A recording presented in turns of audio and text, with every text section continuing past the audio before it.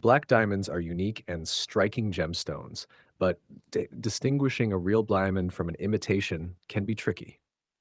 One popular method for testing diamonds at home is the fire test, which evaluates a diamond's resistance to heat. Here's a step-by-step guide to help you determine if your black diamond is genuine. What you'll need: a black diamond or black diamond jewelry, a lighter, candle or small torch, a bowl of cold water, tweezers or tongs. Step 1. Hold the diamond securely. Use tweezers or tongs to hold the diamond.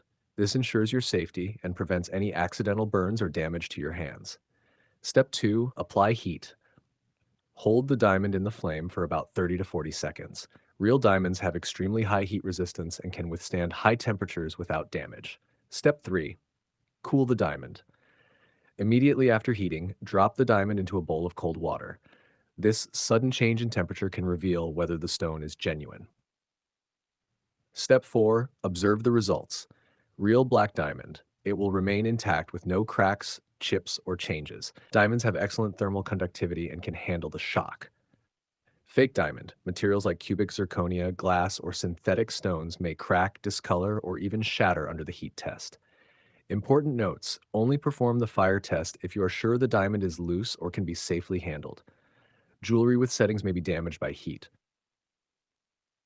Avoid frequent testing, as extreme heat may risk damaging any non-diamond parts of the stone or jewelry. This test is a simple home method, but not 100% conclusive.